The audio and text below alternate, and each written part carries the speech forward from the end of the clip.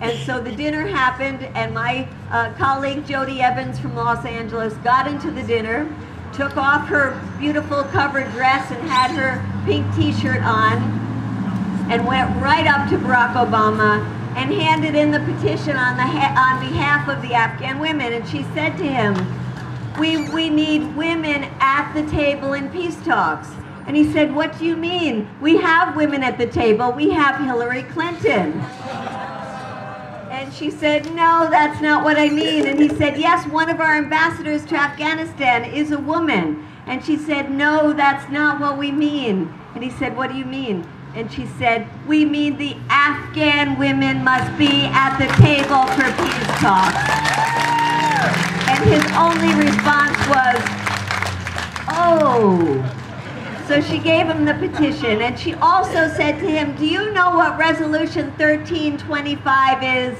It's a resolution that women worked very hard for many years to get the United Nations to pass. And it says that in any conflict, when there is an effort at resolution of that conflict, women must be at the table as part of conflict resolution.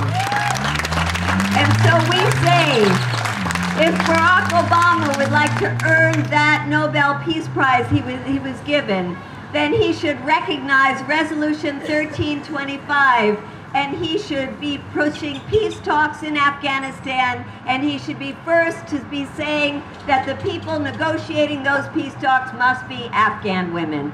That would be a wonderful way to earn the Peace Prize.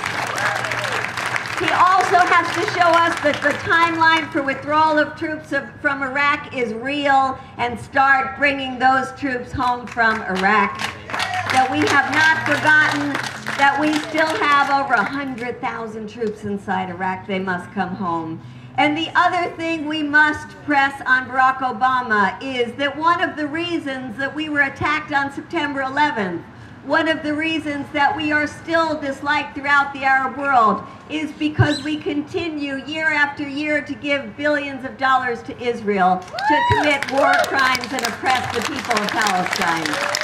We will never be safe and secure in the world until we stop that.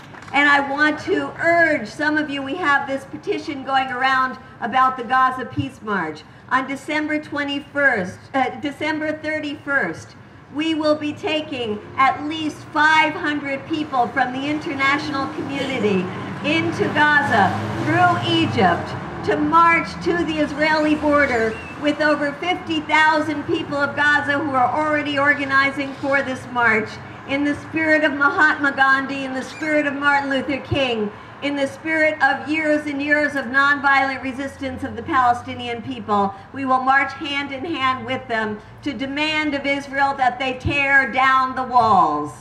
Please consider joining us. Fundraise as a community to send people from Austin, to send people from Dallas, to send people from Houston.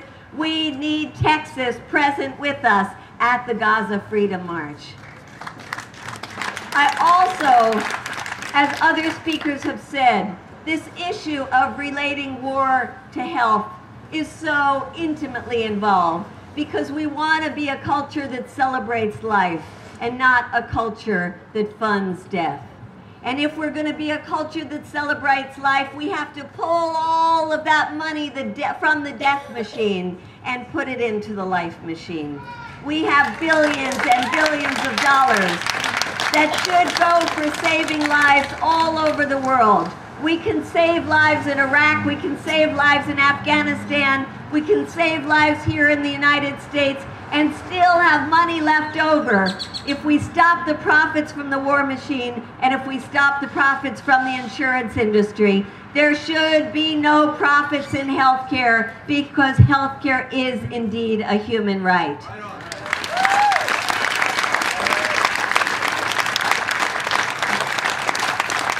So I just want to end by saying that if some of us don't think that Barack Obama deserved a Nobel Peace Prize, then it's up to us, the American people, to push him to the point where he does deserve that, to push him to the point where we are seen in the world as a peaceful people. We need to have a healthcare system that covers everyone, and it's very evident what that is. It's called Medicare for all. It's called single payer. We must keep fighting until we get that.